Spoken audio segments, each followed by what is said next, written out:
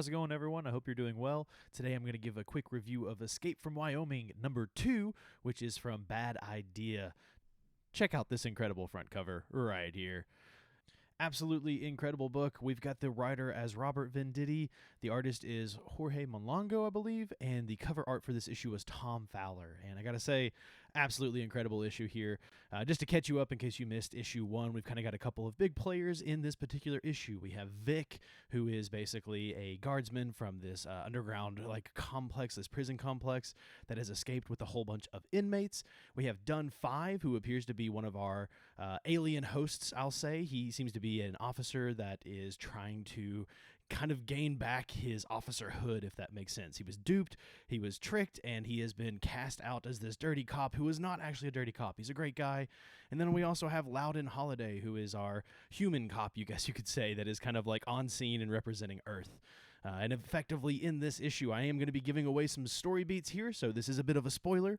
But we pick up with Vic telling the inmates that they basically have 90 minutes before the planet explodes.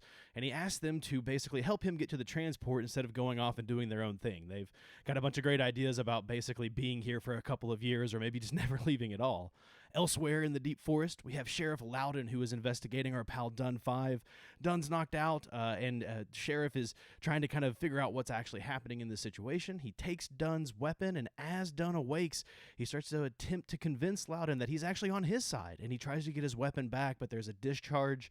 This absolutely just kind of throws everything into chaos. Loudon gets pushed back because of the weapon. He injures his nose, and it's great because before this happens, as Dun is talking to him, there's this moment of his realization and shock of like, wait, did you speak human to me? Which is absolutely incredible. They have this really quick tumble where they're literally fighting each other. Dun knocks him out with this incredible tongue punch. I know that sounds crazy, but that's exactly what happens. And then he's really able to convince Loudon, hey, look, back off, man. I'm on your side. I'm a space cop, basically, and I'm here to try to help. So we get some really great interaction between the two of them, and it's ridiculous because Dun is basically like, look, you got to call anybody. Literally anyone could be better than you in this scenario here. And Loudon is just like, well, who? The Space Force? Who am I supposed to call? Elsewhere, we catch up with Vic, who is basically gearing up the inmates there. They found a hidden ammo cache that he was aware of, so they're all gearing up. Dun finds them and realizes that Vic is actually the dirty cop here and that he kind of orchestrated a lot of this. He really thought that Vic was probably dead, along with, I think it's Feber is his name, who gave Dun the ability to leave the complex and try to retrieve all of these inmates. So Vic tries to convince Dun to actually come over to his side and says, hey, look, they cast you out. They called you a dirty cop when you never did any of that stuff.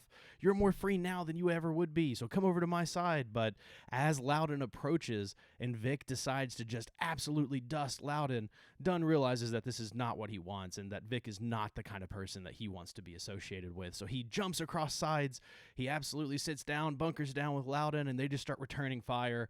Things get a little bit out of hand, and Vic tosses over a fusion grenade, and we get this awesome 2-page panel spread of this massive explosion that just, I mean, for the name alone, you just got to be thinking gosh, what kind of damage is this going to create?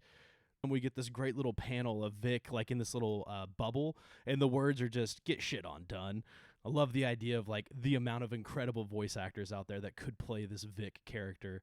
But we get this kind of panel of someone looking into the forest up from a ranger hut there, and this individual is just man, I really don't like people dicking around in my forest. Not only that, but I got to try and get a hold of Loudon, who's not responding, and now I'm going to have to call George. In the next remaining panels here, we get caught back up with the entire transport crew. There's only one transport out of this before the planet explodes. Vic is feinting these injuries basically to allow the inmates to get the one-up on the transport crew. They decimate everybody except for the bailiff who was inside the ship. Turns out he's in on everything as well, and basically he just confirms with Vic that Dun has been taken care of, that they don't have any more issues. Of course, Vic says, yeah, I took care of both of him and this Earth cop as well. And then that last page is them hanging off of this cliff, and I believe the title for the next chapter is going to be Cliffhanger. But regardless, this was an incredible book. Really, really enjoyed it. I'm going to try to keep doing some of these shorts with different issues, so if you like this, let me know. I would really appreciate it. I'm going to give this book a solid 8 out of 10. I love the pacing of the story. I think this is really interesting. We've got some incredible artwork, and I'm finding the characters really cool. I want to learn more about Dun 5 and his past, and Loudon as well. He's doing pretty good for this incursion of aliens that he'd never expected. So regardless, I hope you're enjoying the Bad Idea comics. I know I am, and I will see you next time.